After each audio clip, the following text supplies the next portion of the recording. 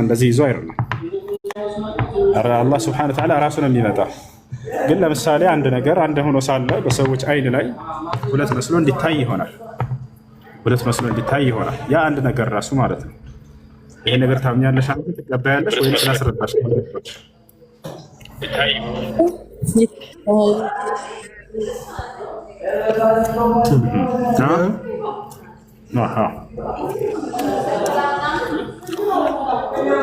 ለምሳሌ ላስረዳሽ።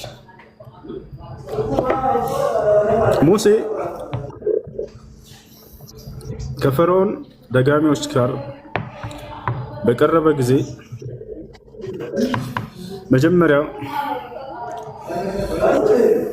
ያሳዩት እነሱ ምንድን ነው? እነዚያ ሰዎች የጣሉት ገመዶች ናቸው። ልክ ገመዶች ፈአልቀው ሒባለሁም ይላል፣ ገመዳቸውንም ወረወሩ ይላል። መጀመሪያ ሲታይ ጊዜ ምን አይነት ቅርጽ ነበር ያለው? ሜርሲ ገመድ አይደለም? ገመድ። ከዛ እንደገና ሁለተኛ ምን ሆኖ ታያቸው? ያ ነገር እባብ መስሎ ታያቸው አይደለም? እነሱ የጣሉት ስንት ነገር ነው? አንድ ነገር ነው ያመጡት። ነገር ግን በሰዎች አይን ላይ ሁለት መስሎ ታየ፣ ሁለት ሆኖ ታየ። አምላክ አላህ ሱብሓነሁ ወተዓላ ራሱ ነው የሚመጣው። ከዚያም ለእነርሱ ግን የሚታያቸው ለሰዎች የማያውቁትን ቅርጽ ያሳያቸውን አላህ ሱብሓነሁ ወተዓላ ራሱን በማንነቱ ይገለጥላቸዋል የዛኔ ማለት ነው። ያ ማለት ለሙስሊሞች ነው የሚለው ነገር ግን ለሙስሊሞች ትክክል ለሙስሊሞች እና ለእነርሱ እይታ እንጂ ሁለት መስሎ ለእነርሱ መስሎ እንጂ ሁለት መስሎ የታየው አላህ ሱብሓነሁ ወተዓላ ራሱ ነው የሚገለጠው ማለት ነው። ይሄ ነው መጀመሪያ ሲመጣ እናንተ አትቀበሉትም።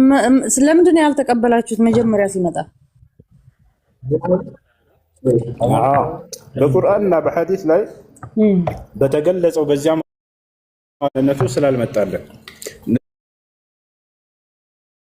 ከዛ በሚያውቁት ቅርጽ የሚለው መቼ አወቃችሁት ለሚለው ቁርአንና ሐዲስ መጣ ጊዜ ይቀበላል። አየሽ ዛሬ ምድር ላይ አምላክ ነኝ ብሎ አንድ ሰው ቢመጣ የአምላክ የአላህ ሱብሓነሁ ወተዓላ ባህሪያቶች ጠንቅቀን ስለምናውቅ አንቀበለውም። የዛኔም ራሱ ቢሆን ምን ያክል አማኞች በተነገራቸው በእርሱ ባህሪ ላይ ጸንተው እንደሚጠብቁት ይገልጻል። ሐዲስ ባህሪ ነው በባህሪ ነው ወይስ በቅርጹ? ሱራ ቅርጽ የሚለው ባህሪ ማለት ነው። ባህሪ ማለት አልተናገረም እኮ መጥቶ ብቻ እናንተ አይታችሁት ብቻ እኮ ነው። አንተ አይደለም የምትሉት። አዎ ቅርጹ ያ ያልገለጸልን ማንነቱ ስለነበር የዛኔ ነው እንጂ አይደለም የምንለው እርሱን ክደን አይደለም። ሱራ የሚለው ቅርጽ የሚለው ባህሪ ለማለት ነው። በሌላ ሐዲሶች አስረዳሻለሁ ባህሪ ለማለት እንደሆነ አስረዳሽ። እሱ ባህሪ ማለት አሁን ባህሩ እንዴት ነው የተገለጸላችሁ በቁርአንና እዛ ጋር ያለው እስኪ አስረዳኝ። አላህ ሱብሓነሁ ወተዓላ መለኮታዊ ባህሪያቶች አሉት።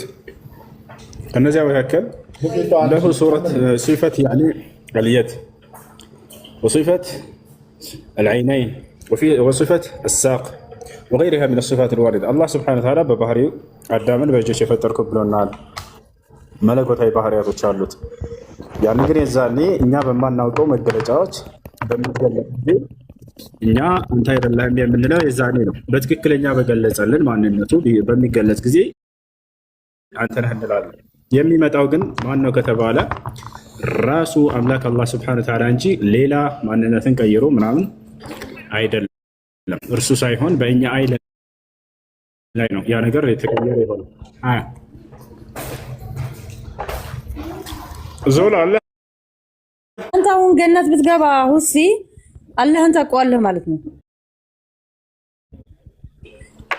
ስታየው ታውቀዋለህ።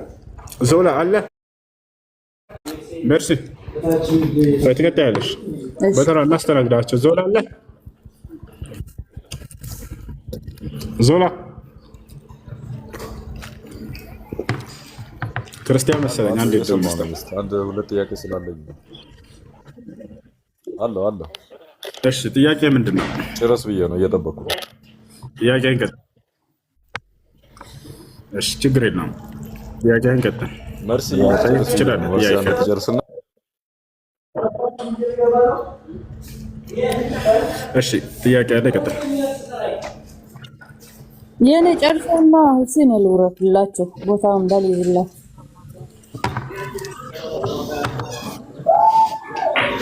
ልቀጥል እኔ ትበላለህ ሁሴን?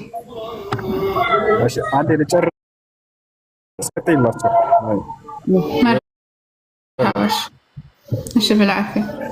እሺ ሜርሲ ምንድን ነው ጥያቄሽ? ሜርሲ ሙሳና አንተን አንከተልም ይሉታል። አንተን አንከተልም ይሉታል። በኋላ በሚያውቁትን ቅርጽ መጥቶ ይከተሉታል ይላልና ይሄንን እንዴት ነው ቅርጹን የት አይታችሁት ነው የምታውቁት እያልኩ ነው። አለህን የት አይታችሁት? አሁን እኛ በቁርአንና በሐዲስ በተገለጠልን መልኩ ብሎ መልሰልሽ። አሁን አንቺ ገነት ከገባሽ አሁን አንቺ አለህን ታውቂዋለሽ ብለሽ ታስባለሽ? አዎ ቁርአንና ሐዲስ በተገለጠልን መልኩ ሲመጣ አውቀዋለሁ። እሱ ምንድን ነው የገለጠላችሁ በሐዲስና በቁርአን ብትገልጥልኝ? ለምሳሌ አላህ ሱብሓነሁ ወተዓላ ባቱን እንደሚገልጥ ነግሮናል። እና ባቱ እንዴት አይነት እንደሆነ ገልጠዋል እንዴ? እንዴት አይነት እንደሆነ ባይገልጥልንም እንደሚገልጥ ስለነገረን በመጀመሪያው በሚመጣ ሰዓት በዛ ባልገለጠልን ነው የሚመጣው። ቁርአን ላይ ባልገለጠልን፣ በዛን ሰዓት ግን ባት ከገለጠልን እናውቀዋለን። ኦኬ የመጀመሪያውን ባቱ ስላልገለጠልን ማለት ነው። ሚት አድርጌ ቃል እኔ አይደለም ዛህራ ሰማሽን? ዛህራ አዎ ሰማሽ። የመጀመሪያው አንከተልህም ያላችሁት ቅርጹን ቀይሮ ሳይመጣ ባቱ ስላልከፈተ ነው ያለው። ቀይሮ የሚል የለም፣ ቀይሮ የሚል የለም። የለንን አታምጪ አምጪ። እሺ እንደዛ የሚል ቅርጹን ቀይሮ የሚል አዲስ እኮ ነገርኩሽ። እሺ አምጪ። የት አለ? ከፈች። እሺ ሁሴን አውፋለኝ። አረ ሁሴን ቀይሮ የሚለው ነገር ስህተት ነው ብሎ ነው ያስረዳሽ። አትቀላቂ። ምንድነው አለኝ? ቀይሮ የሚል ነገር የለም፣ ራሱ ነው የሚመጣው ነው ያልሽ። መጀመሪያ ታዲያ ሲመጣ በማናቀው ወይልሽ እኛ በማናቀው ማለትና ቀይሮ ማለት ይለያያል። እኛ አናቀው በምንድነው የማናቀው? በቁርአንና በሐዲስ ባልተገለጠልን መልኩ መጀመሪያ ይመጣል። ከዛ በኋላ እኛ አናቀህም ነው ጌታችሁ ነኝ ይላል። ደግሞ አንቺ ምንም አይናገርም እኮ ዝም ብሎ እኮ አይቶቹ ነው እኮ የሚሄደው ምናምን ብለሽ አስተሽን። ይሄ ትክክል አይደለም። አላህ ሱብሓነሁ ወተዓላ ቀይ አንድ ጊዜ ቀይ አና ረቡኩም ይላል። እኔ ጌታችሁ ነኝ ይላል አላህ ሱብሓነሁ ወተዓላ። ከዛ ፈየቁሉን ነዑዙ ቢላህ ሚንክ ካንተ ባላህ እንጠበቃለን ይላሉ። ገብቶሻል?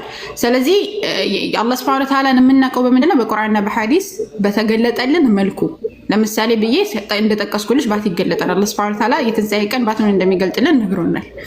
ስለዚህ በዚህ መልኩ እኛ እናውቀዋለን በማንነቱም እንደዚሁም ደግሞ በባህሪያቶቹ አላህ ሱብሓነሁ ወተዓላ ያንን በቁርአንና በሐዲስ በገለጠልን መልኩ ቁርአን ላይ በተገለጠልን መልኩ ሁለተኛ በሚመጣ ሰዓት እናውቀዋለን እንጂ ቅርጹን አይቀይርም። ራሱ ነው አላህ ሱብሓነሁ ወተዓላ። ግን የአላህን ሁሉንም ማንነቱን በቁርአንና በሐዲስ ተገልጧን ብለን አናምንም። የተገለጠልን ብቻ ነው የምናውቀው።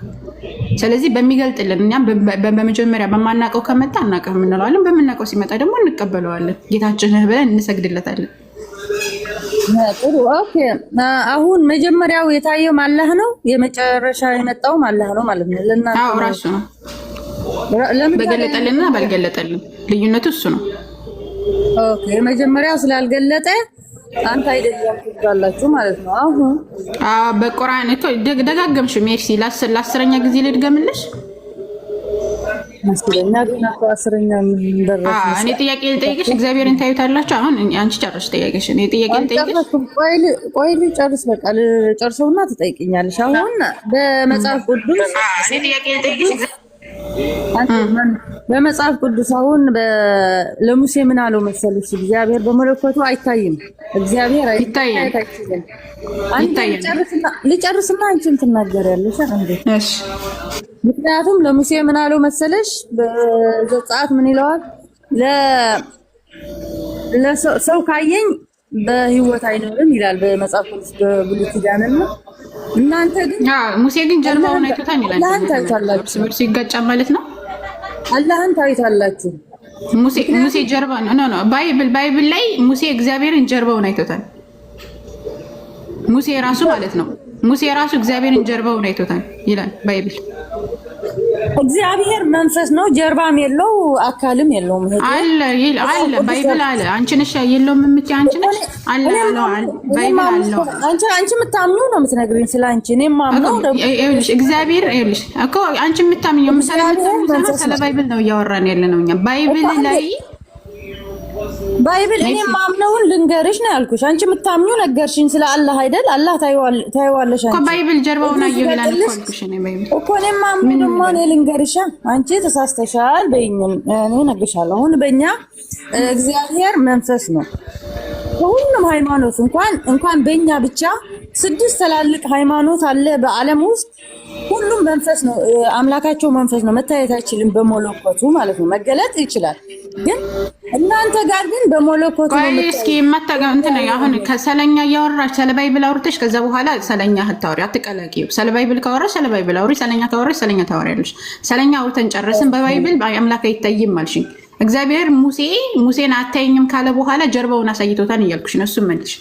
ጀርባ የለውም አልኩሽ እኮ መንፈስ እኮ ጀርባ አለው። ጀርባውን አየሁት አለ እኮ ጀርባዬን አየ አለ ራሱ። ምን ልበለው? እሺ እኮ ጀርባ የሚለው ሌላ ነው።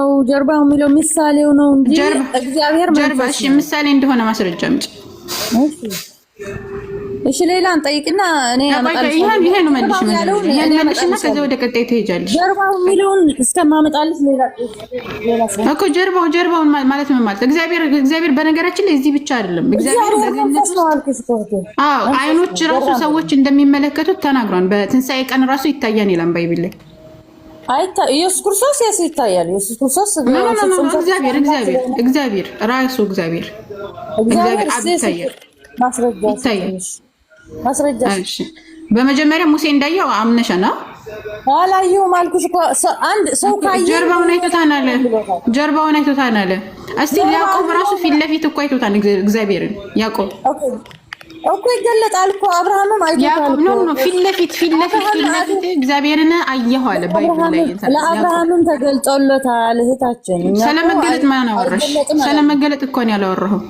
እግዚአብሔርን ፊት ለፊት አየሁት ነው የሚለው። ስለመገለጥ ሳይሆን እግዚአብሔርን ራሱን አየሁት እያለ ነበረ እንትና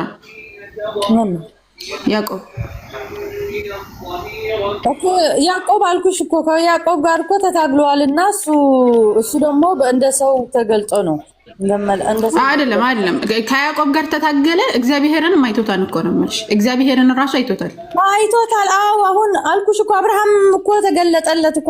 አይቶታል እኮ አብርሃም እግዚአብሔር። ስለመገለጥ ማን አወራ? አሁን እኮ ስለመገለጥ አይደለም እያወራህ ያለሁት። አሁን በህልም ምናምን ፊት ለፊት አየሁት። ጀርባውን እንዳየው ደግሞ ተመልከች፣ ይታይሻል። ኦኬ መንፈስ ነው እግዚአብሔር። እጄንም ፈቀቅ አደርጋለሁ ጀርባዬንም ታያለህ አለ። ጀርባዬንም ታያለህ አለ። አንቺ ደግሞ አይ ጀርባውን አያይም አልሽ። ጀርባ የለውም አልኩሽ። እግዚአብሔር ጀርባም የለውም መንፈስ ነው። ጀርባ አለኝ አለ። ባይብሉን እንቀበለው ይሳንቺ ነሽ። ይሄው ዘጸአት ላይ ምዕራፍ 33 ጀርባ ማለት ምን ማለት እንደሆነ ቆይ በትርጉም ገብቼ እነግርሻለሁ። ችግር የለውም። ጀርባ የሚለው ምንድነው? እዚህ ላይ ታያለህ አለ። ፊቴን አታየውም ካለ በኋላ ጀርባዬን ግን ታያለህ አለው። ጀርባ እግዚአብሔር አታይም አልታይም ካለ በኋላ አታያለሁ ካለ እርስ በርስ የሚጋጭ ነው የሚሆነው።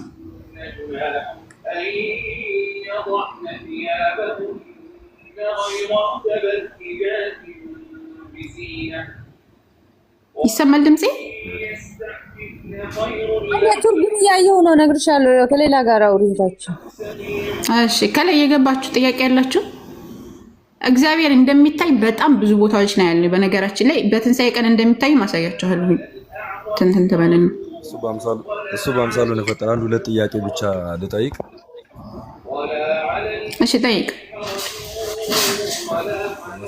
በመጀመሪያ ደረጃ በእናንተ እስልምና ድምፅህን ከፍ አድርገው። አይሰማም? ድምፅህን ከፍ አድርገው። ይሰማል? አሁን ይሰማል። ሴቶቹ በስንት ዓመታቸው ነው ማግባት የሚችሉት በእስልምና? ሁለተኛ ደረጃ እስከ ስንት ነው የሚፈቀድ? ለአቅመ ሔዋን በምንደርስ ጊዜ ነው የምንጋባው።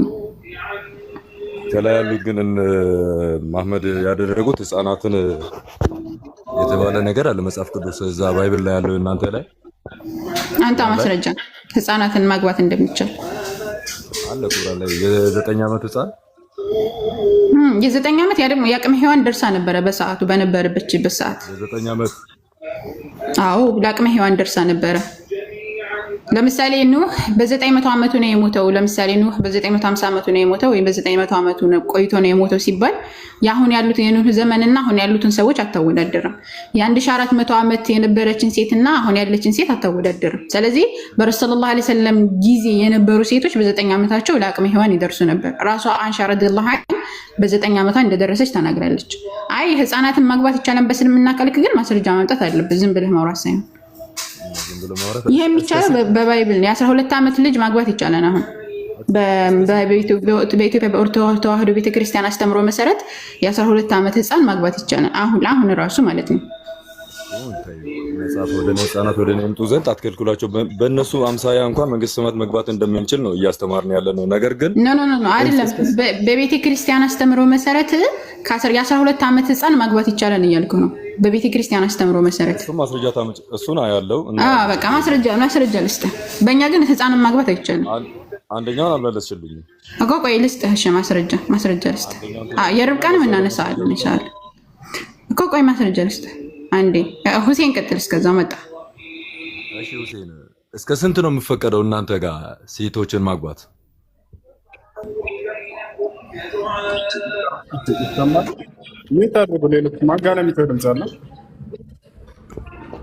ማለት ብዙ ጊዜ ጥያቄ ስለሆነኝ ነው። አብዛኛ ብዙ ነገሮችን እንትን ብዬ የኛው ጥያቄ ቢያንስ እስከ ስንት ለማወቅ ስለፈለኩ ነው። እስከ ስንት ነው ሴትን ማግባት የሚቻለው? እሺ በእስልምና ጋብቻ አንድ የሚት አድርገው በእስልምና ጋብቻ አንድ ሰው አንድ ራሱ ማግባት የማይፈቀድበት ጊዜ አለ። ነቢያችን ሰለላሁ ዐለይሂ ወሰለም ሐዲስ ላይ ሲናገሩ ምን አድርጉ ልጆች መን ኢስተጣዐ ሚንኩሙል ባአተ ፈልየተዘወጅ አሉ። ከእናንተ የጋብቻን ጣጣ መቋቋም የሚችል ካለ ያግባሉ፣ ካልቻለ አይፈቀድለትም። ገብታችኋል? ካልቻለ አይፈቀድለትም። አንደኛ ማስተዳደር አቅሙ ካለው ነው አንድ ራሱ ማግባት የሚችለው። ሁለተኛ ለማግባት አንድ ሰው እስከ 4 ድረስ የማግባት አቅሙ ላለው ሰው ነው የሚፈቀደው እንጂ አንድ ሙስሊም እስከ 4 ይፈቀድለታል የሚለው አነጋገር ስህተት ነው። ማንኛውም ሙስሊም አይደለም፣ መስፈርቶችን ማሟላት የሚችል ሰው ብቻ ነው ያ የሚፈቀድለት። 2ም 3ም እስከ 4 ድረስ የተገደበ ነው። እስከ 4 ድረስ ከ4 በላይ ማግባት አይቻልም። ይህ ለትውልዳቸው ማለት ነው። የማስተዳደር አቅሙ ካለው ችሎታው ካለው በመካከላቸው ፍትሃዊ መሆን የሚችል ከሆነ ከአንድ በላይ ቢያገባ ሰውየው ለምሳሌ 2ቱን በትክክል የማያስተዳድር ከሆነ ሀብታም ቢሆን ሰውየው የዛኔ አይፈቀድለትም። አላህ በቁርአን ላይ ፈኢን ኺፍቱም አላ ተዕዲሉ ፈዋሂደተን ይላል። ከአንድ በላይ ብታገቡና በሚስቶቻችሁ መካከል ፍትሃዊ መሆንን የማትችል ከሆናችሁ ይህንን ማድረግ የምትፈሩ ከሆናችሁ ከአንድ በላይ እንዳታገቡ አይቻልም ብሎ አላህ ከልክሏል። ስለዚህ ለትውልዳቸው እስከ 4 ተገድቧል። ለነቢዩ ሰለላሁ ዐለይሂ ወሰለም ደግሞ አላህ ሱብሓነሁ ወተዓላ ጥበብን መሰረት ባደረገ መልኩ እስከ 11 ድረስ እንዲያገቡ ፈቅዶላቸዋል። አላህ ከዚያ በላይ እንዲያገቡ ግን አልፈቀደላቸውም። ይህን ይመስላል። ይህንን የገደበው እስከ 4 የሚለውን ማን ነው ከተባለ ነቢዩ ሰለላሁ ዐለይሂ ወሰለም በመጨረሻ ዘመን በተላኩ ጊዜ ነው። በመጽሐፍ ላይ ግን አልተገደበም። አንድ ሰው 1000 ሚስት ቢያገባ ችግር የለውም መጽሐፍ ቅዱስ አይ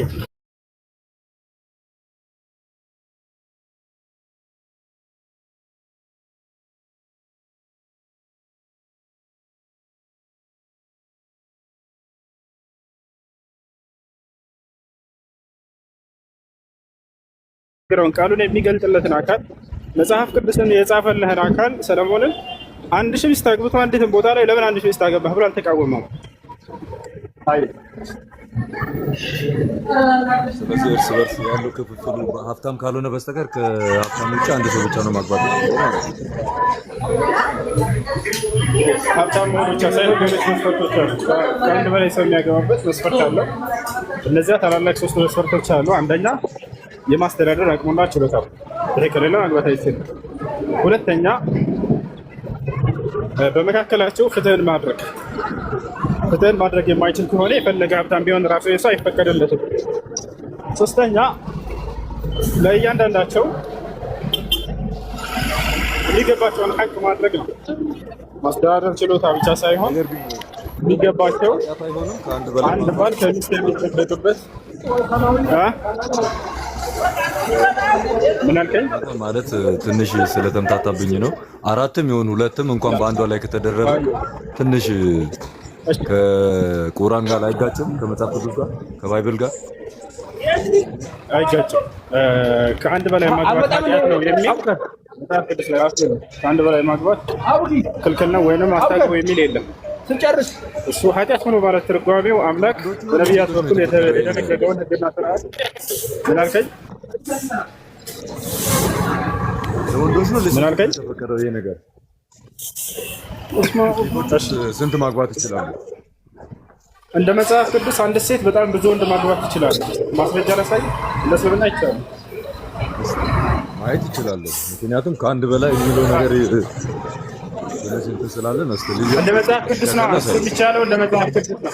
እንደ መጽሐፍ ቅዱስ አንድ ሴት ብዙ ወንድ ማግባት ትችላለች። ላሳየህ። እሱም እንደ ስብና አይፈቀድም።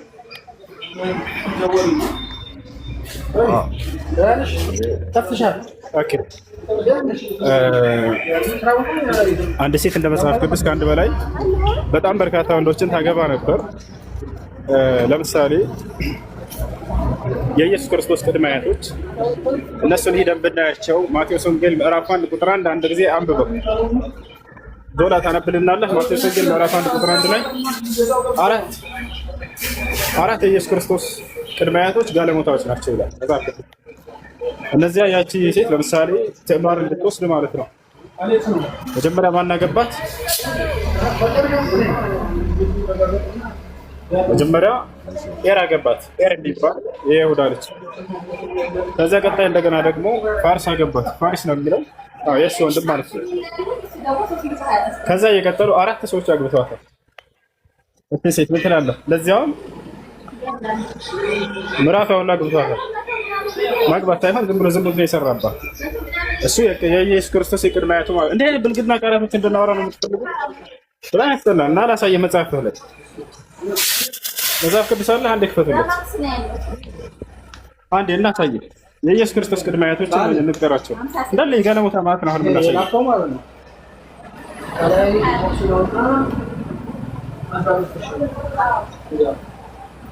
አንዴ ኦሪት ማነው እንትና ክፈትለት። ማቴዎስ ወንጌል ምዕራፍ 1 ቁጥር 1 ላይ ጀምርና የክርስቶስ ቅድመ አያቶች ምን ያክል ጋለሞታ እንደሆኑ እናሳያለን። አንዴ ማቴዎስ ወንጌል ምዕራፍ 1 ቁጥር 1 ይለጥለት። የክርስቶስ ቅድመ አያቶች ናቸው እዛ ላይ የተጠቀሱት። ተመልከተ። ይኸው የዳዊት ልጅ የአብርሃም ልጅ ኢየሱስ ክርስቶስ ይላል። ትውልድ መጽሐፍ ይላል። እነዚህ እንግዲህ የክርስቶስ እነዚህን ዘር ሁሉ አልፎ ነው የመጣው። አብርሃም ይስሐቅን ወለደ፣ ይስሐቅም ያዕቆብን ወለደ፣ ያዕቆብም ይሁዳንና ወንድሞችን ወለደ ይላል። አሁን ዝቅ አድርገው ያዕቆብ ከማን ልጅን እንደወለደ ዝቅ አድርገው። ይሁዳም ከትዕማር ፋሬስንና ዛራን ወለደ ይላል። ይታያል። አሁን እዚህ ቦታ ላይ ይሁዳ ትዕማር ሚስቱ አይደለችም። ሚስቱ ሳትሆን የልጁን ሚስት ነው። ያው የልጁን ሚስት ዝሙት ሰርቶባት ነው የወለደው ማለት ነው። ከነዚህ ዘር ነው ኢየሱስ ክርስቶስ የመጣ።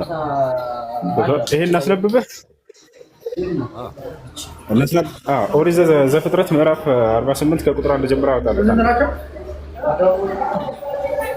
ኦሪት ዘፍጥረት ምዕራፍ 48 ተመልከት። ያውና ምንድነው ሲያወጣው? ኦሪት ዘፍጥረትን አወጣለት።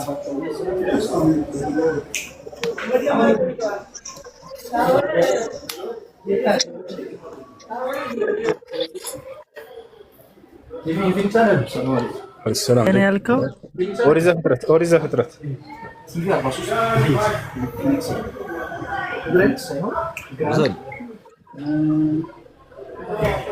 ዘፍጥረት 48 ተመልከት። አሁን እንዴት እንደወለደ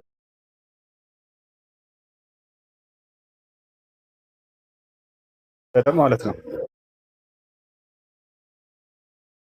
ከቁጥር 2 ጀምረ የቤት ስራ ይሆነኛል። 48 በቃ እሺ።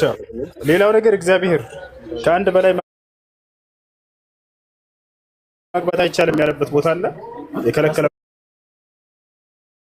ቦታ ምክንያቱም እርሱ የሚያናግራቸው ቃልን የሚገልጥላቸው አካሎች ሁሉ ከአንድ በላይ ስላገቡ ዳዊት ከአንድ በላይ ሚስት ነበረው፣ ሙሴ ከአንድ በላይ ሚስት ነበረው፣ አብርሃም ከአንድ በላይ ሚስት ነበረው፣ ሰለሞን 1000 ሚስቶች ነበሩ። 1000 ሚስትና 300 ቁባቶች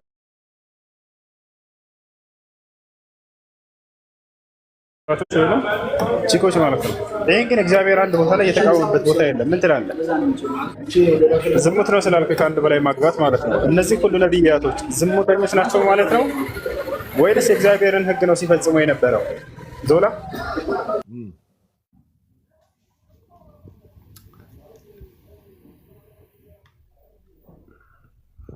እሺ፣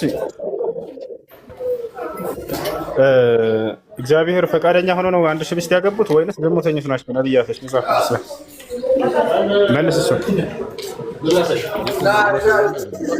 አገቡ አይደለም መወለድ።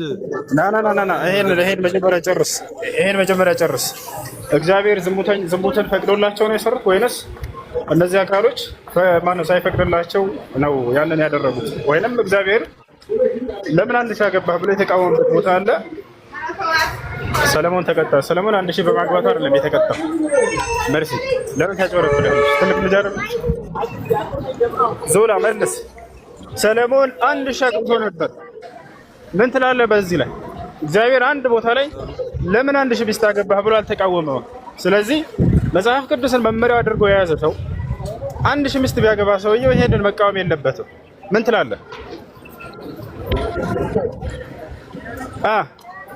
በቃ መልስ ከሌለህ ቀጣይ። ሌላ ክርስቲያን ካለ መልስ። በዚህ ላይ ተመልሰናል። እግዚአብሔር አንድ በላይ አታግቡ ያለበት ቦታ ምን አልሽኝ? መልሳለሁ። ይሄን ማስረጃለት እኔ እዚህ መልሳለሁ። እንደገና ደግሞ ትንሽ ነበረ ከማነው ስሟ ጋር እህታችን ጋር ከዛህራ ጋር እያወራን ነበር። ትንሽ ማስረጃ ትላላችሁ። ዛህራ መንገድ ላይ ነኝ፣ ይመችሻል? አዎ አንዴ ማስረጃ ላሳየው ልጁ ዞላ ይማር። አንድ ጊዜ መማር አለበት። ጨዋ ልጅ ይመስለኛል። መልስ ከሌለ የለኝበት ለመረዳት ይመስለኛል። ዞላን ቀጥይለት። መንገድ ላይ ነኝ። ዞላ ይታያል። መርሃባ ዞላ። ይሄ ፍትሐ ነገሥት መጽሐፋችሁ ነው። ምን ይላል? መርሃባ ፍትሐ ነገሥት ይላል የሚጋቡት አለ የሴትና የወንድ አካለ መጠን የደረሱ ይሁኑ። ወንድ 20 ዓመት የሆነው ሴቷ ደግሞ 12 ዓመት የሆናት ይሁኑ አለ። ሴቷ ለአካለ መጠን የምትደርሰው በኦርቶዶክስ አስተምሮ መሰረት 12 ዓመቷ ነው አለ። አይ አይታየም? ይታያል እንጂ በቢጫ ያከበኩበት በቢጫ። አይሻ በስንት ዓመቷ ነው ያገባችው? ሴቶም በ12 ዓመቷ። በ12 ዓመት ሴት ልጅ ማግባቷ ሴት ልጅ በህፃንነቷ መዳር አይሆንም?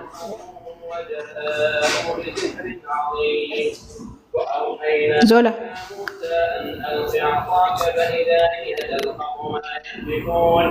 ዞላ ይሰማል? የ12 ዓመት ህፃን ልጅ ማጋባት አሁን ላይ በክርስትና የሚፈቀድ ከሆነ ኃጢአት አይሆንም ወይ? ምክንያቱም ህፃን ልጅ ናት የ12 ዓመት ልጅ አሁን ላይ። አይሻ በስንት ዓመቷ ነው ያገባችው? የአንሻንማ ነገርኩህ እኮ። አንሻ በሰዓቱ የዛሬ 1400 ዓመት ስለሆነ አንሻ በዛን ሰዓት ለአቅመ ሔዋን ደርሳ ነበር። እራሷ ተናግራለች። ያንተን እየጠየቅኩህ ነው። እዚህ ላይ ፍትሐ ነገሥት ላይ የ12 ዓመት ህፃን ልጅ ማግባት ይቻላል አለ ባይብል መጽሐፍ። ይሄ እንትና ፍትሐ ነገሥት። አይሻ በስንት ዓመቷ ነው ያገባችው ነው እኮ ነገርኩህ እኮ። አንሻ ረዲየላሁ ዐንሃ በ9 ዓመቷ ነበር ያገባችው። በዛን ሰዓት ደርሳለች፣ ለአቅመ ሔዋን ደርሳለች፣ እራሷ ተናግራለች ብዬ መለስኩኝ። አይሰማም? ህፃን አልነበረችም፣ ለአቅመ ሔዋን በዛን ሰዓት ደርሳለች ብዬ ለስንተኛ ጊዜ ልመልስ? አሁን ላይም ቢያንስ የ9 ዓመት የ3 ዓመት ልዩነት አለው መሀል ላይ በትንሹ እኮ አይደለም። በ12 ዓመት እኮ አይደለም። በዛን ሰዓት ግን የ12 ዓመት በዛን ሰዓት የ9 ዓመት ልጅ ትደርስ ነበር። አሁን ግን የ12 ዓመት ልጅ ህፃን ናት እያልኩ ነው። በቤተ ክርስቲያን የፍትሐ ነገሥት ህግ መሰረት አንዲት የ12 ዓመት ልጅ በአሁኑ ሰዓት በጣም ህፃን ናት። የ12 ዓመት ልጅ ማግባት ኃጢአት አይሆንም ወይ ነው እያልኩ ያለሁት።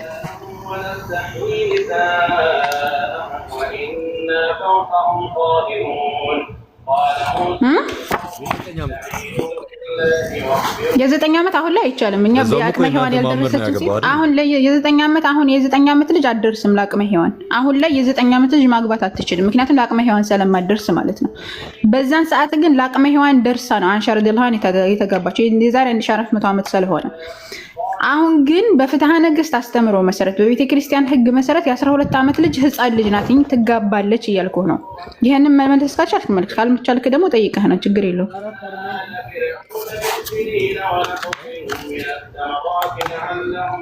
ይሰማል ድምጼ?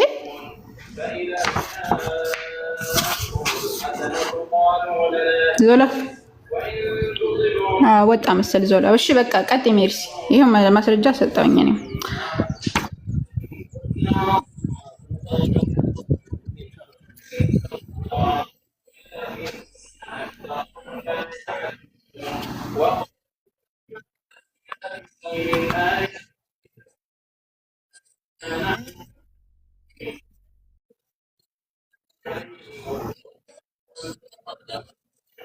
ጀርባውን አለ የምን ምልክት እንደዛ ሌላ ነው የሚለው በጀርባ ሲል በኋላ ያንታየኛለህ ማለት በምልክት ክፈትላት። ይሄው ማስረጃውን እኮ እንከፍታለን። ጀማል ክፈት በትልቅ ሆነና እንዴ ክፈት። ጀርባዬን ታየኛለህ። ጀርባዬን ነው ያለው። አይቶታ እንጀም ጀርባውን ቀጥታ ነው ያየው እኮ አንብቢዋ 22 ነው ያነበብኩ ያለው ምን ይላል? ክፈትላት ጀማል ይመቻል።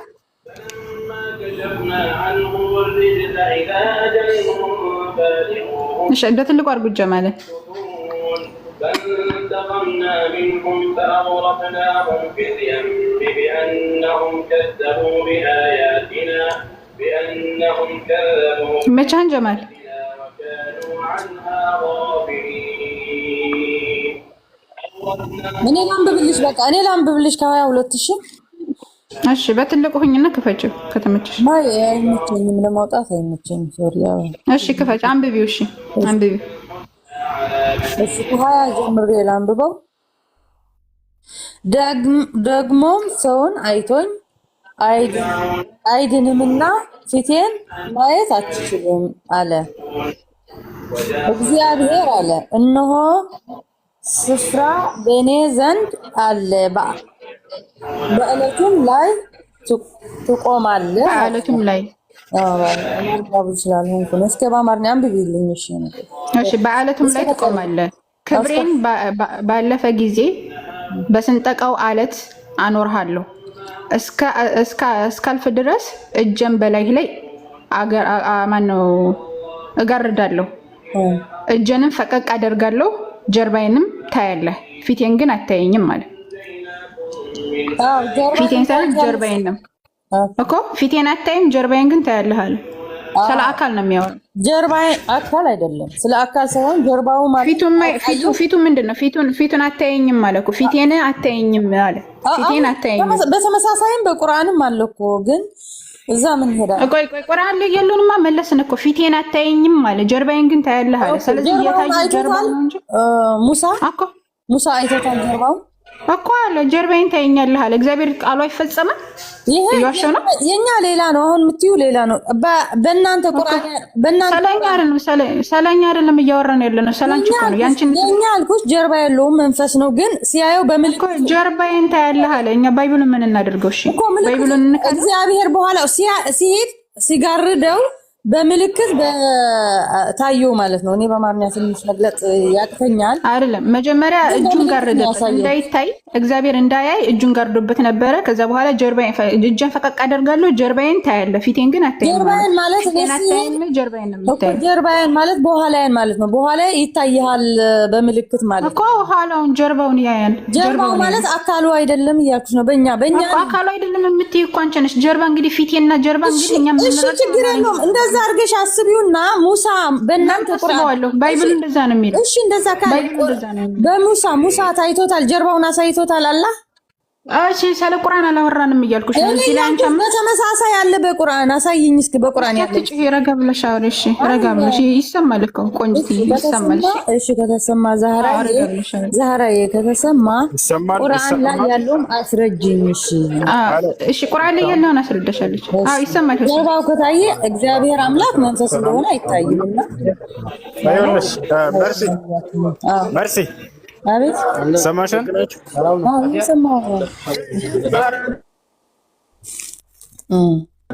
በቁርአን ላይ በተመሳሳይ የሙሳ ታሪክ አንብቤው ነበር። ሙሳ በቁርአን ላይ ተመሳሳይ አለ ብለሻል። ቁርአን ላይ ሙሳን በጀርባ አላህን አይቶታል የሚለው ነው። እኔ እየጠየኳት ነው። በጀርባ አይቶታል እንዳየው ይናገራልና በጀርባው አንድ ላስረዳ ያልኳትን ልንገርህ አለሁኝ ፈስ ነው መሰለኝ። አሁን እኔ የምለው በመጽሐፍ ቅዱስ ጀርባዬን ታየኛለህ ብሎታልና በቁርአንስ ምንድን ነው ያለው? ያንተ መስመር ነው። በቁርአን ላይ በተመሳሳይ አለ ስላልሽ አይሰማም ልጆች? ይሰማል? ከተሰማ በቁርአን ላይ በተመሳሳይ አለ ስላልሽ በቁርአን ላይ ሙሳ አላህን ጀርባውን አይቶታል የሚለውን አምጪ። አሁን ልናገር ተናግረን ጨርሰሃል አይደል? እኔ አሁን ምናምን አይሰራም። እኔ አሁን ምናምን አይሰራም። መርሲ እኔ አሁን ምናምን አይሰራም። አዳምጪ። ሙሳን ታሪኩን በተመሳሳይ ያለን ያልኳት ጀርባውን አየሁ በተመሳሳይ በቁርአን ላይ አዳምጪ። ረገበየ ታሪኩ በተመሳሳይ ያለን ያልኳት ታሪኩ በተመሳሳይ አላልሽ አትቀይሪ። ታሪኩ አላልሽ ማን ነው ታሪኩ ያልሽ? አልሰማሁም። በቃ እንደዛ ነው ያልኩት። በደንብ ነው የሰማሁሽ። አንቺ ቆይ ወርክ ስራ ሰላም ነው አማን ነው በቁርአን ላይ ተመሳሳይ ታሪክ ስላለ አላህን ጀርባውን አይቶታል ወይ ነው የምላት። እሷን እየጠየቅኳት አይት ጥያቄ አይደለም የጠየቅሽው። ሜርሲ አዳምጪ። ቅድም ምን አልሽ መሰለሽ? እግዚአብሔር ጀርባውን አይቶታል ብላ እዚህ ሰው አለ እኮ ሚያት አድርጊ። ከኔ ምንም አታመልጭም። እግዚአብሔር ጀርባ አለው ብላ እያሳየችሽ እያለች እርሷን ከዚያ ከመጽሐፍ ቅዱስ ወደ ቁርአን አውቀሽ ለማውጣት የማይሆን ስህተት ሰራሽ። ምን አልሽ መሰለሽ? ይሄ በተመሳሳይ እኮ በቁርአናችሁም ላይ አለ ብለሽ ተናገርሽ። በቁርአን ላይ ሙሳ አላህን ጀርባውን አይቶታል የሚለውን አሁን አምጪ። የቱ ጋር ነው ያለው? የቱ ጋር ነው ያለው? ተወው። ጥያቄውን ልድገምልህ። እኔ ስለ ቁርአን ነው አሁን ጥያቄ አይደለም የጠየቅሽው። ይሄ በተመሳሳይ አለ ብለሽ ዛህራን ከመጽሐፍ ቅዱስ እንዳታወራ ተጣጣጣ አለ ነው ያልኩኝ። ታሪኩ ነው ያልኩት። አትዋሽ። ታሪኩ አልሽኝ። ወላሂ አላልሽም። ታሪኩ ውሸት ነው። በተመሳሳይ አለ። እስኪ ድገመውና መልሰዋ። እኔ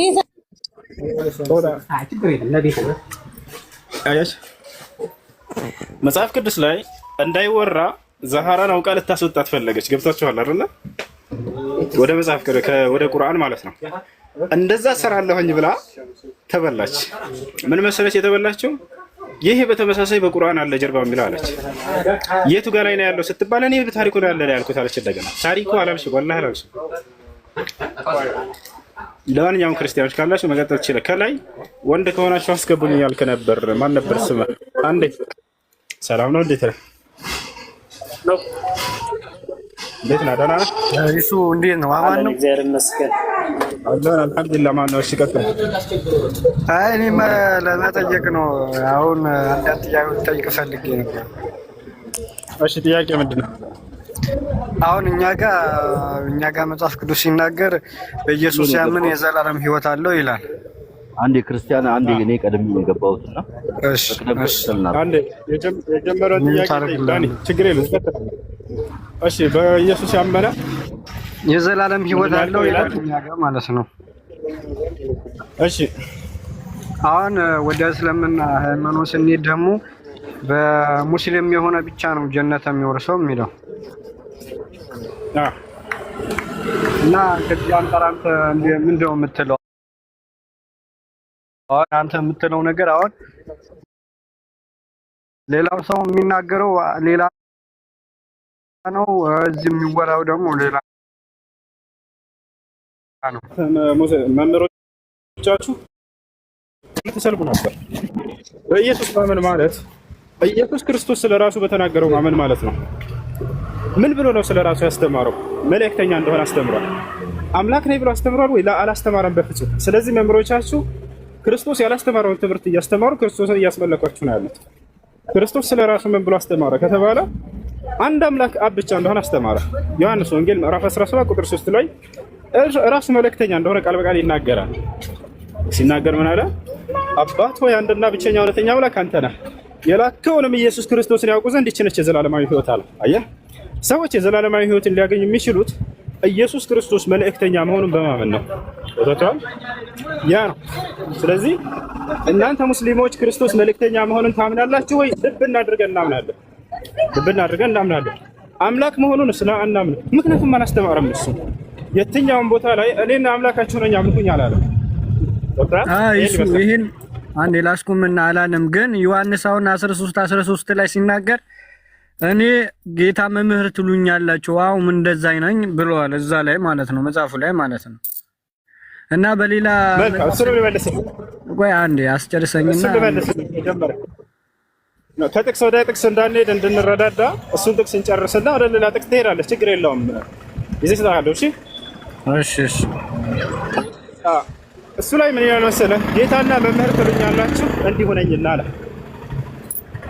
ጌታ የሚለውን መጽሐፍ ቅዱስ በስንት መንገድ ይረዳዋል የሚለውን መጀመሪያ ማየት አለባችሁ። በሁለት መንገድ ይረዳዋል። አንድ መለኮታዊ ጌትነት አለ፣ ያ የአንድ አምላክ። ሁለተኛ የስልጣን የሹመት ጌትነት አለ፣ ያ ማለት በመደረግ የሚገኝ ጌትነት። አምላክ ጌታ ያደርጋቸዋል ሰዎችን በየጊዜያቸው ማለት ነው። ይሄ ሁለተኛው ነው። ይህ ደግሞ መለኮታዊ ጌትነት ሳይሆን የስልጣን የሹመት ጌትነት ነው። ምክንያቱም መለኮታዊ ጌትነት በመደረግ አይገኝምና። ታዲያ የክርስቶስ ጌትነት ከየትኛው ነው ብለን ስናይ በመደረግ የተገኘ ጌትነት ነው። ማስረጃ የሐዋርያት ሥራ ምዕራፍ 2 ቁጥር 36 እግዚአብሔር ኢየሱስን ጌታ አደረገው ይላል። አየህ አይደለ? ጌታ አደረገው።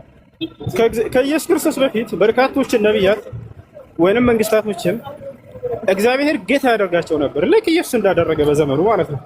ለምሳሌ ሌላ ማን ከተባለ ዮሴፍ። ኦሪት ዘፍጥረት ምዕራፍ 45 ቁጥር 9 ላይ ምን ይላል? እግዚአብሔር ዮሴፍን ጌታ አደረገው ይላል።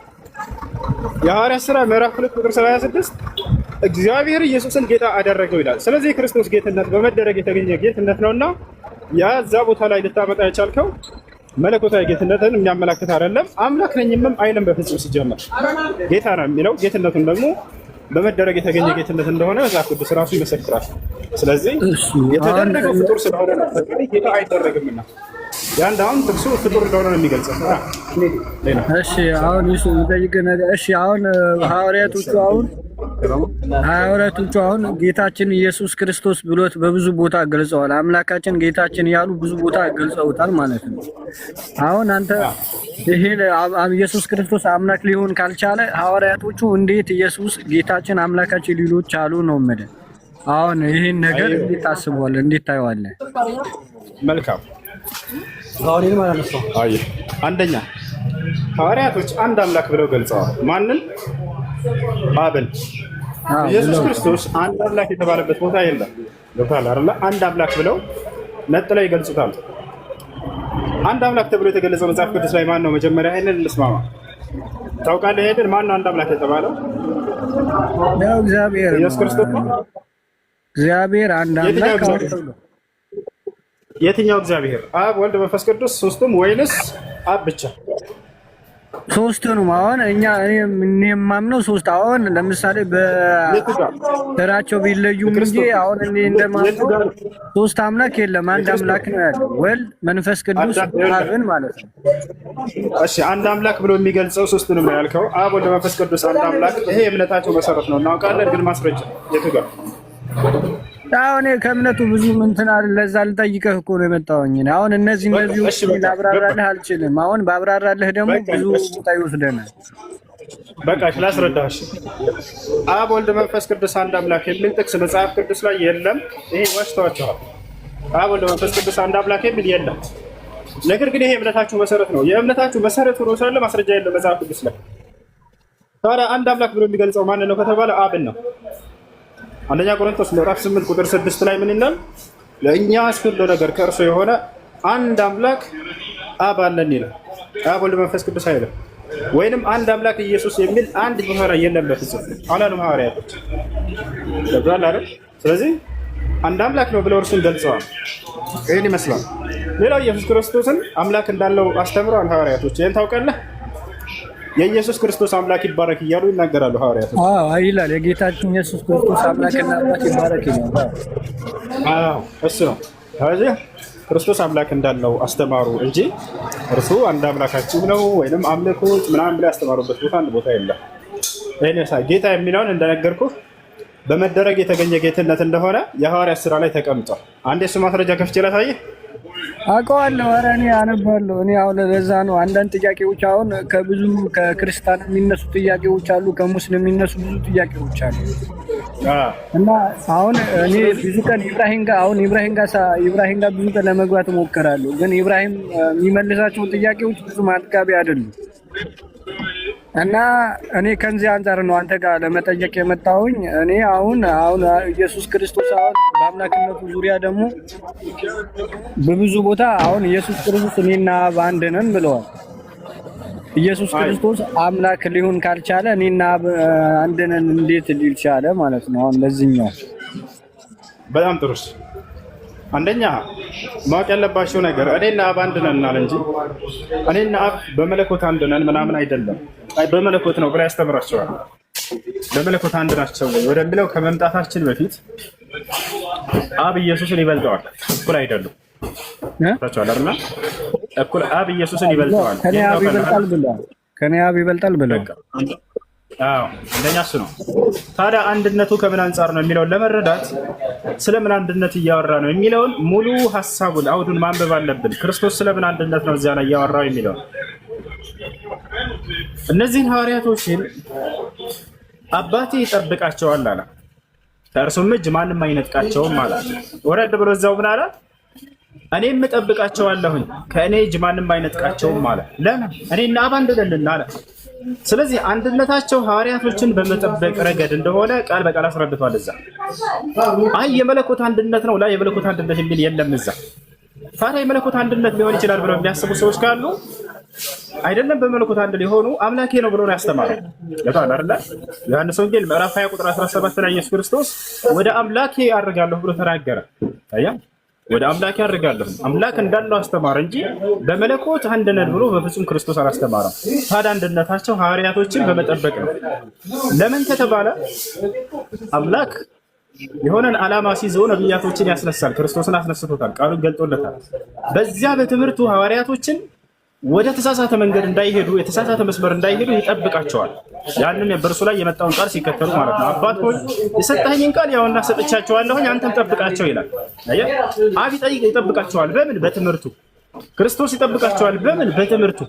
እኔና አብ አንድ ነን ያለው ሐዋርያቶች በዚያ በትምህርት በመጠበቃቸው በአብና በክርስቶስ ስለሚጠበቁ አብ ትምህርቱን ሰጠ፣ ክርስቶስ ያን ትምህርት አሳለፈና ለሐዋርያት ሰጠ።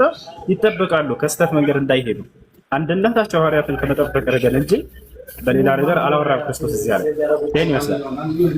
እሺ፣ እና አንድ ጥያቄ ልጠይቅህና ሌላ ጊዜ በሰፊው ታብራራልኛለህ። እኔም እጠይቃለሁ። በዚህኛው ትንሽ እንድታብራራልኝ እፈልጋለሁ። አሁን በኢየሱስ ክርስቶስ ካላምን አብ የለህም ማለት ነው። አዎ ትክክል።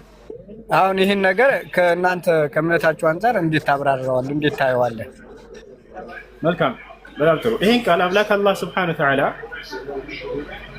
ለነቢያት ሁሉ ይናገራል። ለነቢ ሰለላሁ ዐለይሂ ወሰለም ይናገራል። በነቢያቶቼ እመኑ፣ እነርሱን ስታምኑ እኔን ታምናችሁ፣ እነርሱን ከካዳችሁ እኔን ክዳችኋል ይላል።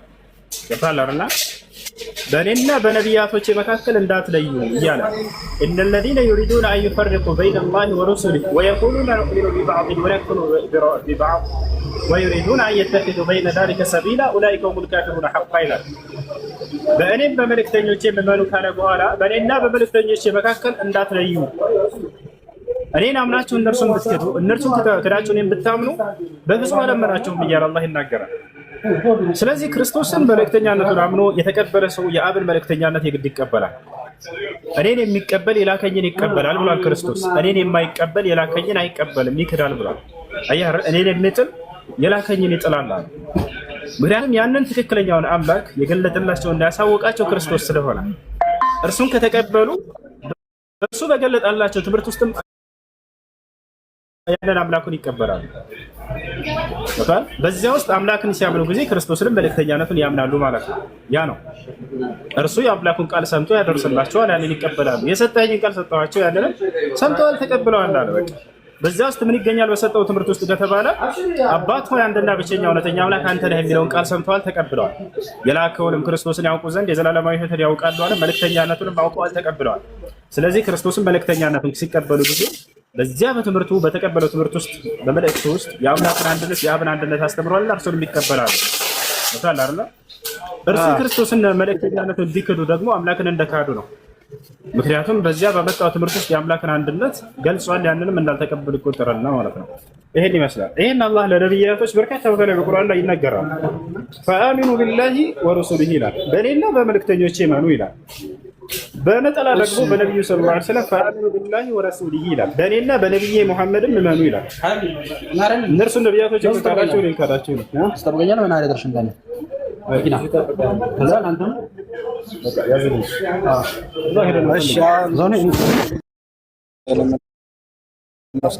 ጥያቄዎቹ ግን አሁን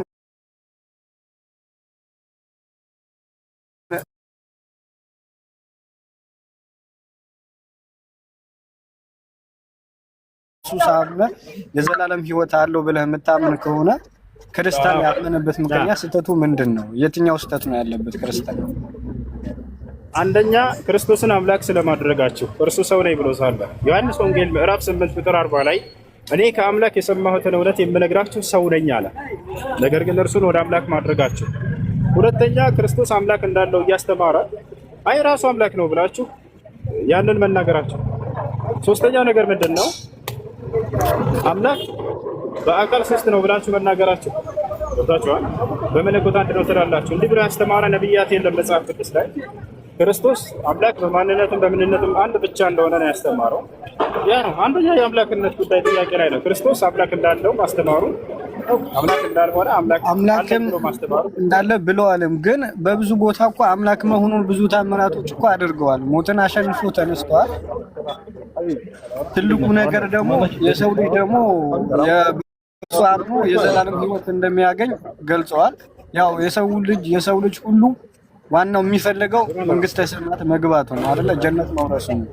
ግን ኢየሱስ ክርስቶስ የተናገረው ነገር አምላክነቱ ሳለ በእኔ የሚያምን የዘላለም ሕይወት አለው ብለዋል። በዛ ላይ ደግሞ ኢየሱስ ክርስቶስ ደግሞ የኃጢአታችን ሞተዋል።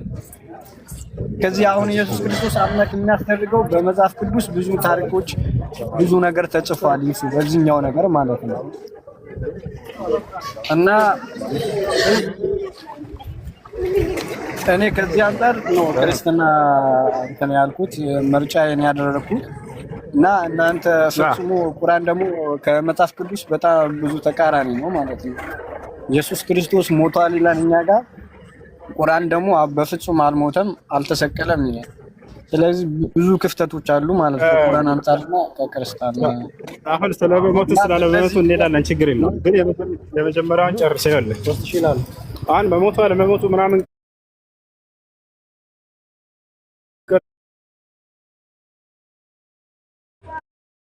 ባህሪው ቀናተኛ ነው። ያ ማለት መለኮታዊ ባህሪያቱን ማንም ሰው እንዲያጋርበት አይፈልግም። ይታላል አይደል? ያን ነገር መጀመሪያ ጨርሰን አምላክ እንዳለው ክርስቶስ አስተምሯል። አዎ ሰምቻ እኔም አውቀዋለሁ። የጌታችን ኢየሱስ ክርስቶስ አምላክና አባት ይባረክ ይላል። ይሄ የተናገረበት ምክንያት ደግሞ ኢየሱስ ክርስቶስ በስጋ መሆን አዎ አምላክ አለው፣ በስጋ በመሆኑ ማለት ነው። በስጋውነቱ አዎ አምላክ አለው፣ አባት አለው ይላል። እኛ ጋር በዚህ እናምናለን። የለም አዎ እንደሱ በስጋነቱን አምላክ አለው ይላል። በስጋ መሆን ይኸውልህ አምላክ ያለው በስጋነቱ ነው የሚል የለም። ክርስቶስ የትኛውም ቦታ ላይ እኔ አምላክ አለኝ ብሎ በግልጽ ሲያስተምር የለም እኮ የለም። ግን እኛ ጋር ሲፈታ ነው እኮ እንደዚህ ይሄ መፈታት እያሉ እኮ እየሸወዳቸው ነው። ያፊ መጽሐፉ ላይ ከሌለ ክርስቶስ በክርስቶስ ትምህርት የማይኖር አምላክ የለም ይላል መጽሐፍ ቅዱስ። በክርስቶስ ትምህርት ላይ ከሌለ እነዚህ ሰዎች እየሸወዳቸው ነው፣ ወደ ገሃነም እየወሰዳቸው ነው ማለት ነው። ለምን አትረዱም ይሄን ነገር? እኔ ስለ አምላኬ ራሱ አምላኬ በገለጸልኝ ልክ ነው የምረዳው። የሆነ ሰው መጥቶ ያንን የአምላክን ባህሪ ይሄ እንዲህ ስለሆነ ነው እንዲህ ስለሆነ ነው ቢለኝ አልሰማውም። ያውታል አምላክ አላህ ወሊላሂ አልአስማኡል ሑስና ፈድዑ ቢሃ ይላል። ለእኔ ስሞች አሉኝ በእነርሱ ይጠሩኝ ይላል። አምላክነቱንም ሲናገር በግልጽ ይናገራል። ኢነኒ አነ አላህ ላ ኢላሃ ኢላ አነ ይላል። እኔ አምላካችሁ ነኝ ከእኔ በስተቀር ሌላ ማንም አምላክ የለም ብሎ ይነግረናል። ራሱ በተናገረው ልክ ለምን አትወስድም? ክርስቶስ እኔ ሰው ነኝ ብሎ በግልጽ ተናገረ። እኔ አምላክ አለኝ ብሎ በግልጽ ተናገረ። የትም ቦታ ላይ ግን ሰውነቱ እንደተናገረው ሁሉ እኔ አምላክ ነኝ ብሎ አልተናገረም። ወይንም አምላክ አለኝ ስላችሁ ጊዜ በስጋዬ እንጂ እኔ አምላክ ነኝ ብሎ አልተናገረም። ይህም ቢናገር ችግር የለው ነበር። ይህን ይመስላል።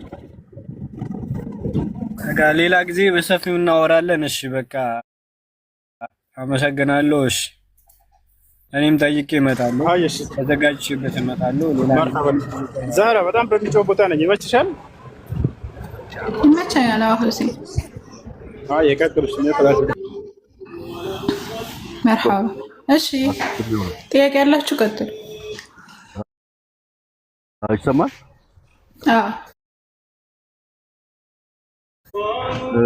አሁን እሱ ወጣ እንጂ ይሰማል። ከሰማም አሁን እያለ ያለው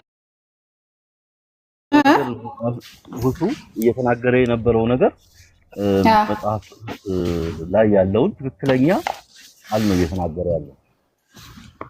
ለምሳሌ በኢየሱስና በአብ መካከል ያለውን ልዩነት ነው እየተናገረ ያለው። ትክክል ነው። ታዲያ መጽሐፍ ቅዱስ ተቀባይነት የለውም ማለት ይቻላል? ተናገረ ያለው ነገር ትክክል ነው። ኢየሱስ አብ እንደሚበልጠው እንደዚሁ እንደ አምላኩ እንደሆነ ይናገራል። እሱን ተናገረ። ትክክል። መጽሐፍ ቅዱስ አልተሳሳተም ማለት ነው። ስለዚህ አይደለም። ከአንተ አንጻር ነው እየተናገረ ያለው።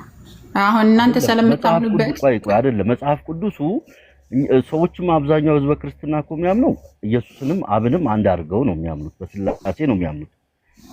እኮ አንተ ባይብለኛ ባይብል ትክክለኛ ስለሆነ ብዙ ሲያወራ የነበረው ገባኝ። ከጥቂቱ በኋላ የምታወራ ከሆነ ትሻይዳ እኔ ልመልስልክ ጥያቄ ገብቶኛል። ሁሴን እያወራህ የነበረው መጽሐፉን አንተ ስለምታምንበትኝ መጽሐፉ አንተ እንደምትለው እናንተ እንደምታምኑበት ሳይሆን የሚለው እንደዚህ ነው ብሎ አንተ ስለምታምንበት ነው እንጂ እየተናገረ ያለው መጽሐፉን ስለማነበት ወይም ደግሞ ትክክል ነው ብሎ ቆይ አንድ ጊዜ ቆይ እሺ ላውራ እንዴ። ትክክል ነው ብሎ ስለሚያምን አይደለም። ባይብል የተበረዘ ነው ብለን ነው እኛ ሙስሊሞች የምናምን። ባይብል የተበረዘ ነው፣ የተቀላቀለ ነው፣ የአምላክ ቃልና የሰው ቃል ተቀላቅሎበታል ብለን ነው ብሎ እያመነ እኮ ነው። ትክክል ነው ብሎ ያምንም እያልኩ እንዴ። አብ እንደሚበልጠው ኢየሱስን እየተናገረ እኮ ባይብል እንደዛ ያስተምራል። ይሄንን ነው እያለ ነው እሱ መልእክተኛ እንደሆነ ባይብል እንደዛ ያስተምራል። እኛ አብ ብለን አናምንም ሲጀመር እኮ ሁሴንም አብ ብሎ አያምንም። ፈጣሪ አለው። ኢየሱስ ክርስቶስ ፈጣሪ እንደሆነ እኛ እናምናለን። እሺ ይሄን ጉዳይ ያው ሁሱ ሲመጣ ከሱ ጋር እናውራ። የነበረኝ ጥያቄ ግን አንድ ጥያቄ ነው። ኢየሱስ ክርስቶስ ፈጣሪ እንዳለው እናምናለን። ፈጣሪ ያለው ፍጡር ነው፣ ሰው ነው፣ አይመለክም፣ ነብይ ነው ብለን እናምናለን። ችግር የለውም። አንቺን ግን አንድ ጥያቄ ልጠይቅሽ። ስለ ነቢያቶች ነው።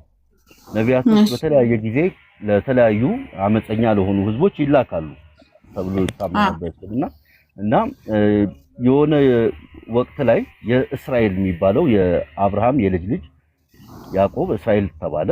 የዛ ልጆች መካከል ግን ከእስራኤል ነገድ ነቢያቶች ይነሱ ነበር በተለያየ ጊዜ። መጽሐፍ ቅዱስ ላይ ያሉት ነቢያቶች የእስራኤል ነቢያቶች ነው ቁርአን ላይ ያሉት። እስራኤል ነቢያቶች ብቻ አይደለም ቁርአን ላይ ያሉት። ወይ እኮ እሱን ነው የፈለኩት። አይሽ እስራኤል ከተነሳ በኋላ እስራኤል ነገዶች የተወጣጡት የተነሱት ነቢያቶች ቁርአን ላይ ይጠቅሳል። ሌሎች ነቢያቶች የሚጠቅሳቸው ነቢያቶች አሉ። ከእስራኤል ነገድ ብቻ ሳይሆን የሚነሱት ከሁሉም ይነሳሉ። በቁርአን ላይ አምላካችን አላህ ሱብሓነሁ ወተዓላ ከአረቡ ዓለም ተነሱ። እስኪ የምታወራ ከሆነ ጥያቄህን ጨርስና ቁርአን ላይ ያሉትን መጽሐፍ ቅዱስ ላይ ያሉ ነቢያቶች የእስራኤል ነቢያቶች ነው። ቁርአን ላይ ባይብል ላይ ያሉ ነቢያቶች እስራኤላውያን ብቻ አይደሉም። ይኸውልህ ነቢያቶች ባይብል ላይ ያሉ ነቢያቶች እስራኤላውያን ብቻ አይደሉም። ቁርአን ላይ ያሉ ነቢያቶችም እስራኤላውያን ብቻ አይደሉም። ሌሎችም ነቢያቶች አሉ። ለምሳሌ ሁድ ለምሳሌ እስራኤላውያን አይደለም። አብርሃም እስራኤላውያን አይደለም። አዳም እስራኤላውያን አይደለም። ከአብርሃም በፊት የነበረ ኑህ። ኧረ እባክህ በፈጠረህ ልጨርስ አንዴ። ከእስራኤል በፊት አይደለም እያልኩሽ ያለው ከእስራኤል በኋላ ነው ያልኩሽ። ስላልተረዳሽ ነው የገባሁት ጣልቃ። ከእስራኤል በፊት እና አብርሃም ብዙ አሉ፣ አባቱም አለ አይደል? ያዕቆብ አባት። ከያዕቆብ በኋላ ከእስራኤል በኋላ ግን እስከ ነብዩ መሐመድ ባሉት ውስጥ የተጠቀሱት አሉ ነቢያቶች እያልኩህ ነው። ከዛ በኋላም እስራኤል ነቢያቶች ናቸው አብዛኛው። ኢሳንም እስራኤላውያን ነቢያቶችም አሉ። እንደገና ከእስራኤል ውጭ የነበሩ ነቢያቶችም አሉ። ለምሳሌ ሁድ አለይሂ ሰላም፣ ሷሊህ አለይሂ ሰላም አረብ ዓለም ላይ ነው የተነሱት፣ የመን አካባቢ።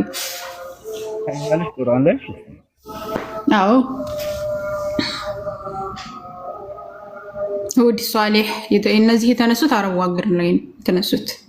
እንተና ሹዓይብ የሚባለው እነዚህ እንትን ናቸው፣ አረብ ናቸው። ቁርአን ላይ ነው። ቁርአን ላይ ባይብል ላይም አለ። በነገራችን ላይ ባይብል ላይ ራሱ እንትና ማን ነው በአለም የሚባለው ነብይ ከእስራኤል በኋላ አይደል? ከእስራኤል በኋላ ነው የተነሳው አይደል? ከእስራኤል ነገር ከተቋቋመ በኋላ እስራኤል ከተነሳ በኋላ አይደለም ወይ የተነሳው? በአለም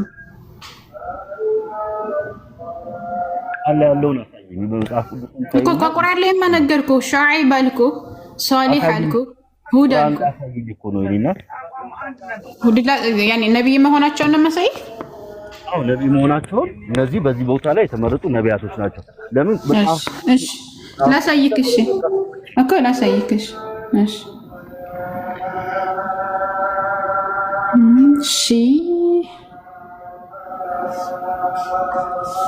ሁድ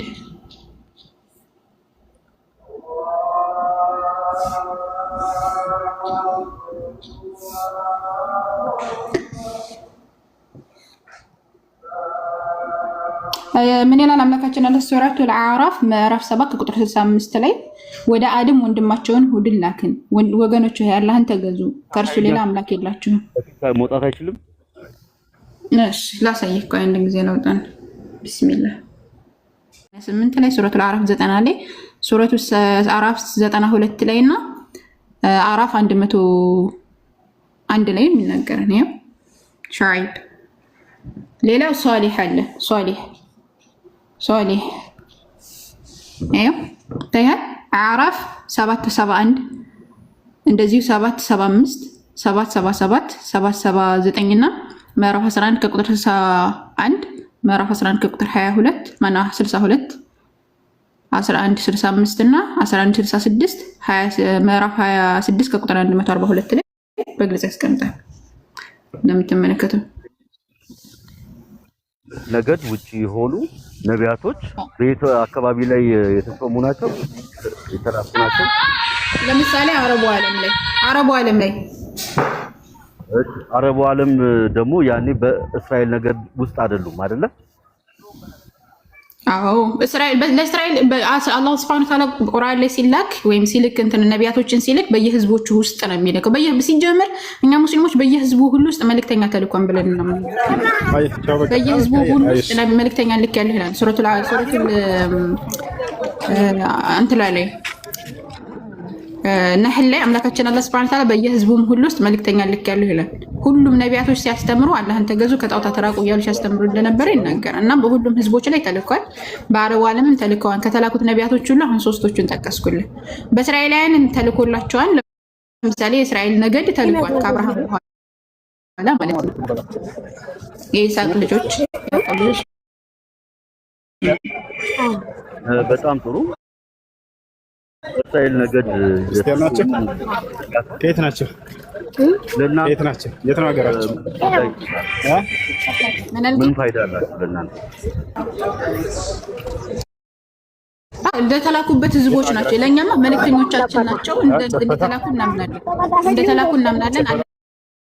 እንደሰበኩ እናምናለን። በሰዓቱ ግን ለነበሩ ነቢያት ለነበሩ ህዝቦች ግን የአላህን በብቸኝነት እንደምልኩ ነግሯቸው هتسمعين كلامي؟ نسمعك يا حسين. بيناتهم من كمبوشا ያለና ታያቸው ኮምቦቻ እነዚህ ልጆች መንገድ ላይ አግኝተናቸው ነው ክርስቲያንን እያሉ ነው ምሳን በላለን እያሉ ነው እንዲያዛቸው ክርስቲያን እንደ ስለው እዚህ ጋር የማርያምን እንትን አጣና ሳይ እስኪ يلا تعال الله يسعدك. هنا نوجد ياكين كنترول كلياتهم እዚህ ጋር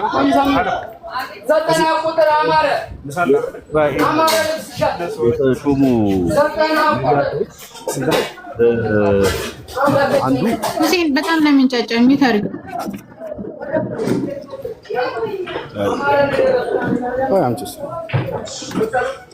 ሁሴን ይሰማል ሊጠጣ ውሃ አንስቻቸው እሺ ሁሴን ይሰማል እሺ ጥያቄህን ድምፅህን ከፍ አድርገህ ቀጥል ትሰማኛለህ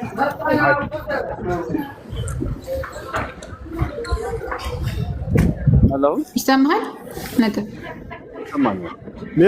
ምን አልከኝ የማይመች ከሆነ ግን አይ መንገድ ላይ ነኝ እየሄድኩ ነው መንገድ ላይ ነኝ አይመቸኝም መርሐባ እሺ ሚታርገው እሺ ቀጥሎ ግን በእስራኤል ነገድ የተሾሙ የተመረጡ ለእስራኤል ነገድ የተቋቋሙ ነቢያቶች የተላኩት አንዱ ማን ነው? ሙሴ ነው አይደለ?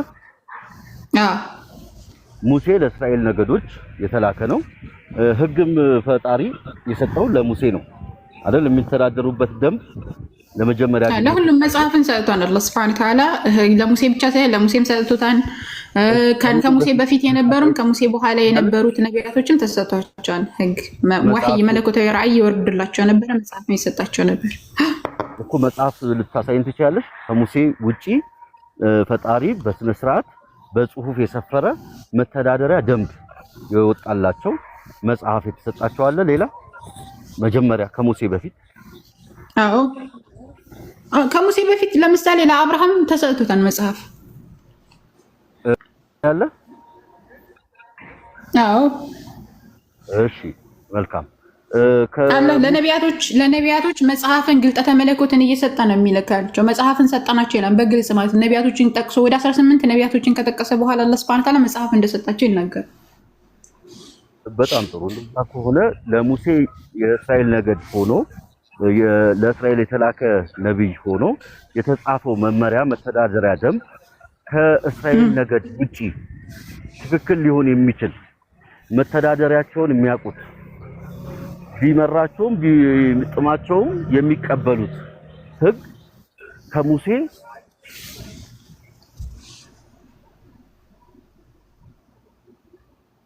ተቋርጠሃል በዕብራይስጥኛ ከተጻፈው ውጪ ቁርአን ላይ ያለው ተውራት ይችላል ተቋርጠህ ነበር ተቀምጣላችሁ ለምሳሌ ለእስራኤል ነገድ ይወጣ በዕብራይስጥ የተጻፈ ለእስራኤላውያን መተዳደሪያ ደንብ የሰፈረ መጽሐፍ እናንተ ለምን ወስዳችሁ በራሳችሁ ለምን አስገብታችሁ ተውራትን ለምን ተጠቀሙታላችሁ ለእስራኤል ነው የወጣው ለእስራኤል ነው መተዳደሪያ አንተ ነው እኮ አሁን አንተ እያወራህ ያለው ከባይብል አንፃር ነው እያወራህ ያለው ከቁርአን አንፃር ነው እያወራህ ያለው ከቁርአን አንፃር ከሆነ ህግጋቶችን የሚያወጣው የዓለማቱ ጌታ አላህ Subhanahu Wa Ta'ala ነው በየህዝቡ ሁሉ ውስጥ መልእክተኛን ሲልክ ህጎችን የእንተና ምን ይሆናል የሚለውን ህግጋቶች የሚያወጣ አላህ Subhanahu Wa Ta'ala ነው ሙሴ ሲጠቀማቸው የነበሩትን ህጎች ቁርአን ላይ ልታገኝ ትችላለህ ለሙሴ እንደተወረደለት እንደዚህ ለነብዩ መሐመድ ሰለላሁ ዐለይሂ ወሰለም ስለተወረደለት እንጂ የሙሴ መጽሐፍ ላይ አይቶ ነብዩ ሰለላሁ ዐለይሂ ወሰለም ስለጻፈ አይደለም ያ ግልጠተ መለኮት ለምሳሌ አላህ Subhanahu Wa Ta'ala ሰውን አትግደሉ የሚለው አንድ ጊዜ በሁሉም ነቢያቶች ላይ አትግደሉ የሚለው ህግ በሁሉም ነቢያቶች ህግ አለ ስለዚህ ሙሴ ላይ ስላለ በሁሉም ነቢያቶች ህግ ለምን የሙሴ ወሰዳቸው ብለህ መናገር አትችልም አትግደሉ የሚለው የአምላክ ህግ ስለሆነ በሁሉም ነቢያቶች አትግደሉ የሚለው ህግ ስላለ ሁሉም ይፈጽሙታል ይሄን አትግደሉ የሚለው ህግ ለሁሉም ህዝብ ወርዷል ገብቷል። ስለዚህ ባለቤቱ ማን ነው? የዓለማቱ ጌታ አላህ ሱብሓነሁ ወተዓላ ነው። ህጉን የሚያወጣው እሱ ነው። ለነብዩ ሰለላሁ ዐለይሂ ወሰለም በአሁን ባለንበት ዘመን ህግጋቶችን ሸሪዓዎችን ያደርጋል።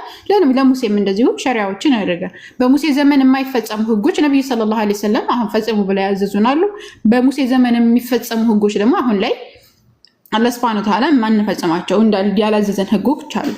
ስለዚህ እንደዚህ አድርጎ የሚያወጣው አላህ እንጂ ነብዩ ሰለላሁ ዐለይሂ ወሰለም አንተ እንዳልከው አይደለም። ወይም ደግሞ እኛ አላስገባንም። ያወጣው ህጉን የሙሴንም የአብርሃምን የይስሐቅንም የነብዩ ሰለላሁ ዐለይሂ ወሰለምን አላህ ነው ያወጣው ህጉን።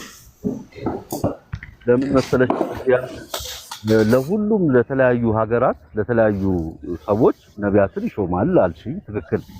እንደዛ ከሆነ በአረብ ሀገር የተሾሙት ነሁድ ያልሽኝ ነቢያቶች ተመርጠው ተልከዋል። እንደዛው ለእስራኤል ደግሞ በተላከበት ወቅት ላይ ለአረብ ሀገራት የተላኩ ወይም ለእስማኤል ዝርያዎች የተላከ መጽሐፍ የለም ወይ? ወደ የእስራኤልን ለምን ማምጣት አስፈለገ? የእስራኤል ነቢያቶችን መጥቀስ ለምን አስፈለገ? እዚህ ጋር ደግሞ ሁላችንም የኛ ነቢያቶች ናቸው እያልኩህ እኮ ነው። የእስራኤላውያን ብቻ ሳይሆኑ የእስራኤላውያን ነቢያቶች ብቻ ሳይሆኑ አላህ ሱብሓነሁ ወተዓላ የጠቀሳቸው 25 ነቢያቶች በሐዲስ የጠቀሷቸው 124,000 ነቢያቶች አላህ መልእክተኛ የጠቀሷቸው የኛ ነብይ የሙስሊሙ ነቢያቶች ናቸው እያልኩህ እኮ ነው። ግልጽ ነው እንጂ እስራኤላውያን ላይ ያሉ ህግጋቶች ሳለመጡ አይደለም። ሁሉም ነቢያቶች የሚያወጣው ህግጋቶችን የሚያወጣው አላህ ነው። ቁርአን ላይ ያለውንም ህግ ያወጣው አላህ ነው። ተውራት ላይ ያለውንም ኢንጂል ላይ ያለውንም ህግ ያወጣው፣ ሱሁፍ ላይ ያለውንም ሌሎችም መጽሐፍቶች ላይ ያወጣው ህጉን ያወጣው የዓለማቱ ጌታ አላህ ሱብሓነሁ ወተዓላ ነው እያልኩ ነው። ስለዚህ የነ ይስሐቅና በእስማኤል በኩል የመጣው ህግ በኢስሐቅ በኩል የመጣው ህግ የሚባል ነገር የለም። ህግጋቱን የሚያወጣው በአጠቃላይ አላህ ነው። ለማን ይሄ ህግ ይሰጥ የሚለውን ደግሞ አላህ ሱብሓነሁ ወተዓላ ነው የሚነግረን። ለምሳሌ በሙሴ ዘመን የነበረውን ህግ ነብዩ ሰለላሁ ዐለይሂ ወሰለም አትግደል ብለው አንድ ጊዜ እየደጋገምኩት ሰለሞን ህጎች ይኸውልሽ አትግደል ትክክል ነው። መሰረታዊ ህጎች አትግደል አትጥላቅ ምናምን የሚሉት ተመሳሳይ ህጎች ናቸው። የፈጣሪ እውነተኛ ህጎች ናቸው። እያልኩ ያለሁት ከታሪክ አንጻርና በቅደም ተከተል ሄድን። እዚህም ነቢያቶች ከተሾሙ አረብ ሀገራት ለእስማኤል ዝርያዎች ከተላከ እዛ ደግሞ ለእስራኤል ነገዶች የተላኩት እነ ሙሴ እየተጠቀሱ ያሉት ብዙ ነቢያት መተዳደሪያ ደንብ የተሰጣቸው ለእስራኤል ነው። እዚህ ጋር ደግሞ ለእስማኤል ዝርያዎች ደግሞ በጽሁፍ የሰፈረ በዛን ወቅት ላይ ያሉ ሲተዳደሩበት የነበረው በምን ህግ ነው? ፈጣሪ መቼም እያመለኩ አይደለም። እስከ ነብዩ መሐመድ እስከሚመጡ ድረስ ጣዖት አምላኪዎች እንደሆኑ ታሪክም ይዘግባል፣ ቁርአንም ይዘግባል። ማስረጃ አምጣ። እንደዛ እኮ አይልክ ነቢያቶች በነበሩበት ሰዓት የነቢያቶች አርስኪ አንድ ጊዜ ይኸውልሽ እየቀላቀልከው ነው። አሁን አንተ ከምን አንጻር እየጠየቅክ እንደሆነ አልገባኝም ራሱ። አሁን ምንድነው እያደረግክ ያለው? ከሎጂክ አንጻር ነው፣ ከስርዓት አንጻር። ስለምን ሎጂክ ነው የምታወራው? ስለ ሃይማኖት እያወራ ሎጂክ አታወራ። እያወራን ማለት ነው። ሃይማኖትም እኮ ሎጂክ ውስጥ ይገባል። ለምንድን ነው? እይታ ነው እኮ ሎጂክን ሃይማኖት ሎጂክን ይመዝነዋል እንጂ ሎጂክ ሃይማኖትን አይመዝንም። በሎጂክ ሃይማኖትን እየመዘንክ አታወራ። እሱን እየመዘንኩ አይደለም፣ ግን የሙሴን እና የእስራኤል ነገዶችን ነቢያቶች እዚህ ጋር ከማምጣት ለምንድን ነው የታለ የመጣው? ምንድነው ማምጣት አለማምጣት ብለህ የምትገልጸው ነገር ምንድነው? እሱ ይኸውልሽ ቶራት ቁርአን ላይ አለ፣ መጽሐፍ ቅዱስ ላይ ደግሞ የነብዩ ህግ ተብሎ ኦሪት ተብሎ ደግሞ አለ። ለምሳሌ ያ ኦሪት መተዳደሪያ ደንቡ ምንም ነገር ሳይጎል ከኦሪት ህግ ላይ የሩብ ይሆናል ቶራት ያለው እዚህ ጋር። እዛኛው ላይ ደግሞ በጣም ሰፊ ነው። እነሱ የሚተዳደሩበት በራሳቸው ቋንቋ የተሰጣቸው ህግ ነው። ለመዳኘትም የሚመቸው ለአእምሮም ለፍትህ እነሱ ከነሱ ለተሰጣቸው ህግ በላይ ሌላ ሊያውቅላቸው አይገባም፣ አይችልም።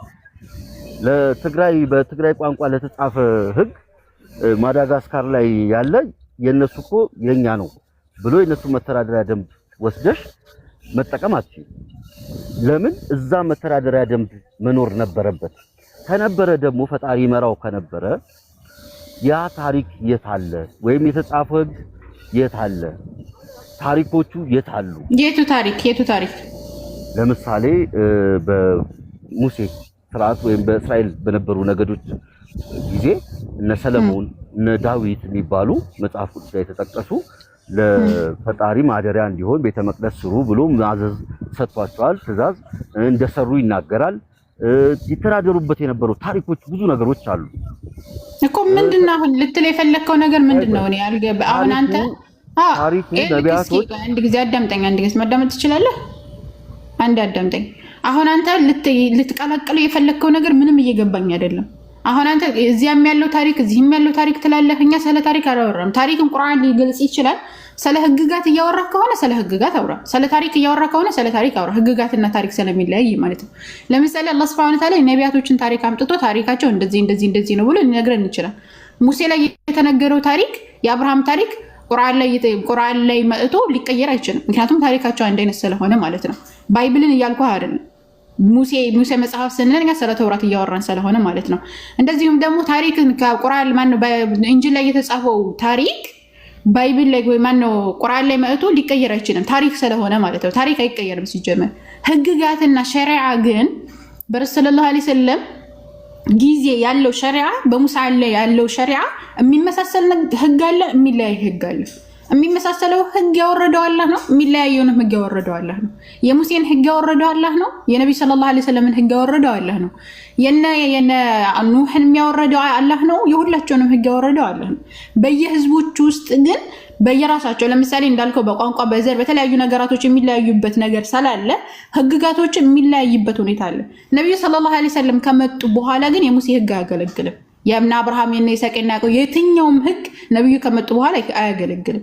ለምን ከተባለ ነብዩ ሰለላሁ ዐለይሂ ወሰለም ለዛ ነው ያለ መልእክተኛ ዐለይሂ ሰላቱ ሰላም ሙሳ በህይወት እንኳን ቢኖር ሙሳ እኔን ከመከተል ወደ ኋላ አይልም ብሏል። ሙሳ ራሱ በህይወት ቢኖር በነብዩ ህግ ነው የሚመራው።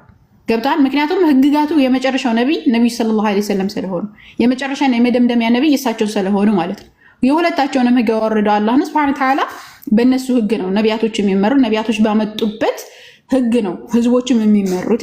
ስለዚህ የመጨረሻ ነብይ ማን ናቸው? ነብዩ ሰለላሁ ዐለይሂ ወሰለም። በነብዩ ህግሳ አሁን ያለነው ህዝቦች እንመራለን። ዓለም ነብዩ ሰለላሁ ዐለይሂ ወሰለም የተላኩት ለዓለም ስለሆነ ለዓለማት በአጠቃላይ በነብዩ ሰለላሁ ዐለይሂ ወሰለም ህግ ይመራሉ ማለት ነው።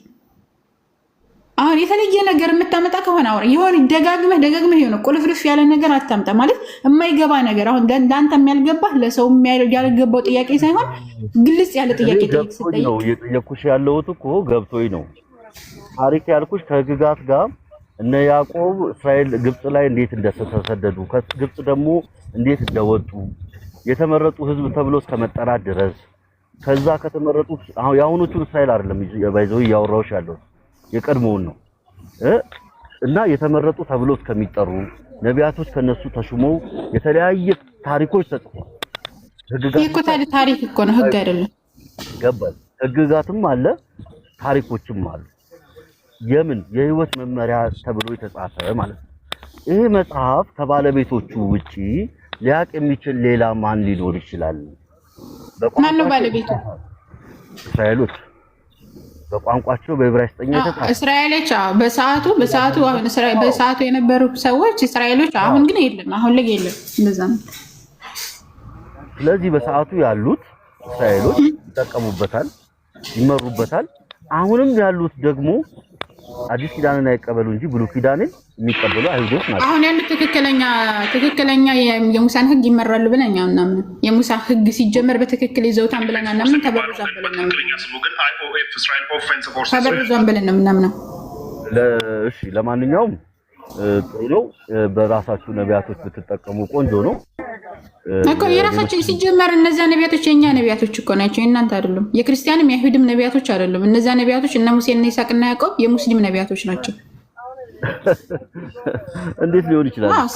እኮ የክርስቲያን ነብይ ነው የአይሁድ ነብይ ናቸው ካልክ ማስረጃ አምጣ። ሀት ቡርሃነኩም እንትን ሳዲቅን ይላል ቁርአን ላይ ግን ነቢያቶቻችን እንደሆኑ የዓለማቱ ጌታ አላህ ሱብሓነሁ ወተዓላ ነግሮናል። አንተ የክርስቲያን ነብይ ከሆኑ ክርስትናን ከሰበኩ ማስረጃ ማምጣት እኮ ነው። መሳቅማ ማንም ሰው እኮ መሳቅ ይችላል፣ ቀላል ነው። እኛ ግን ማስረጃ ስናመጣ እናንተ ያለ ማስረጃ ነው የምታወሩት ማለት ነው። ዛራ አንድ ሃይማኖት አለ የሚያስብለው መተዳደሪያ ደንብ ሲቀረጽለት ተቀርጾ ተጽፎ የሚተዳደሩ ክርስትና የሚባል ሃይማኖት ደግሞ የለም። ሃይማኖት ማስተዳደሪያ ደንብ አይደለም፣ ሃይማኖቱ ራሱ የለም። አለ እያልኩሽ አይደለም እኔ እኮ የለም። በኋላ ነው በክርስቶስ ስም የተሰየመ የሱ ተከታዮች ማለት ነው። እነሱን አይደለም እያልኩ ያለው ግን መጽሐፍ፣ መተዳደሪያ ደንብ፣ ስርዓት እና በዛ የሚመሩ ስርዓቱ ደግሞ የሙስሊሞች ነው፣ የክርስቲያኖች አይደለም። ያ ህግ ደግሞ ያ ስርዓት የሙስሊሞች ነው። መጀመሪያ ደግሞ አሁን ካለው ሙስሊም ጋር በፍጹም በህይወት አይገናኝም እኮ ስለተበራረዘና ስለተቀናነሰ እኮ ነው የመጀመሪያ የነቢያት አስተምሮ አሁን ላይ የለም። የሙሴ መጽሐፍ ቃሉ መጠበቅ አይችልም እንዴ? የሙሴ መጽሐፍ ጥበቃውን ለሰዎች ሰጥቶ ስለነበረ የሙሴ መጽሐፍ አሁን ላይ የለም። የትክክለኛው ማለት ነው ያልተበረዘው መጽሐፍ የለም። እንደዚህ የኢሳ መጽሐፍ አሁን እናንተ ናችሁ እኮ የምትሉት እንጂ የምትሉት 2.5 እንደተበረዘ ይናገራል ባይብል 2.5 ቢሊዮን የሚጠጋ የህዝበ ክርስትና አለ። ስለበዛ ተከታዩ ስለበዛ አንድ ነገር ትክክል አይ ነገሩን ነው እያልኩሽ ያለሁት። አሉ ትክክል ነው የሚሉ ሰዎች አሉ እኮ ትክክል ነገር ሰዎች ስለበዙ ሰዎች ተሰብስበው አጨብጭበው ስለሾሙት ያን ነገር ትክክል አያደርገውም እያልኩ እኮ ነው። ትክክል ነው። አንድ ነገር ትክክል የሚያደርገው እውነተኝነቱ መተዳደሪያ ደንብ መጀመሪያ ጊዜ የተቀረጸው የትና መቼ ነው? ይኸው መተዳደሪያው ደግሞ የሙስሊሞች ነው። ሙሴ ሲመጣ እስልምናን የሰበከው የሙስሊሞች መተዳደሪያ ነበረ ኦሪት። ከዛ በኋላ ደግሞ ሙሴ በሚሞት ጊዜ ሌሎች ነቢያቶች ተላኩ። ነቢያቶች ከዛ በፊት የነበሩት ነቢያቶች ሙስሊም ነበሩ ማለት ነው። አዎ በሚገባ ሙስሊሞች ነበሩ። አዎ ግብጽ ላይ የነበሩት እስራኤሎች ተሰደው በሚገባ አዎ ሙስሊሞች ነበሩ። እነ ሙሴ ሙስሊሞች ነበሩ። የሙሴ ተከታዮች ሙስሊሞች ነበሩ። ቁርአን ላይ አምላካችን አላህ Subhanahu Wa Ta'ala የሙሴ ተከታዮች ሙስሊሞች አዎ ሙስሊሞች ነበሩ ይለናል። ሙስሊሞች እንደማሉ ስቲል ከፈርዖን ጋር ሲጣሉ ነበር አይደለ? ከፈርዖን ጋር ፍራውንን ፍራውን የፍራውን ደጋሚዎች የነበሩ ሰዎች ራሱ እንዳመኑ ቁርአን ይናገራል። አላህ Subhanahu Wa Ta'ala እንዳመኑ ወደው ተአምሩን ባዩ ጊዜ ሙስሊሞች እንደሆኑ ይናገራል አላህ Subhanahu Wa Ta'ala። ስለዚህ ሙስሊሞች ነበሩ። ላሳይክ። ኦኬ በጣም ጥሩ ላሳይክ። ሙሴ ራሱ ሙስሊሞች ሆኖ ያዛቸው ነበር።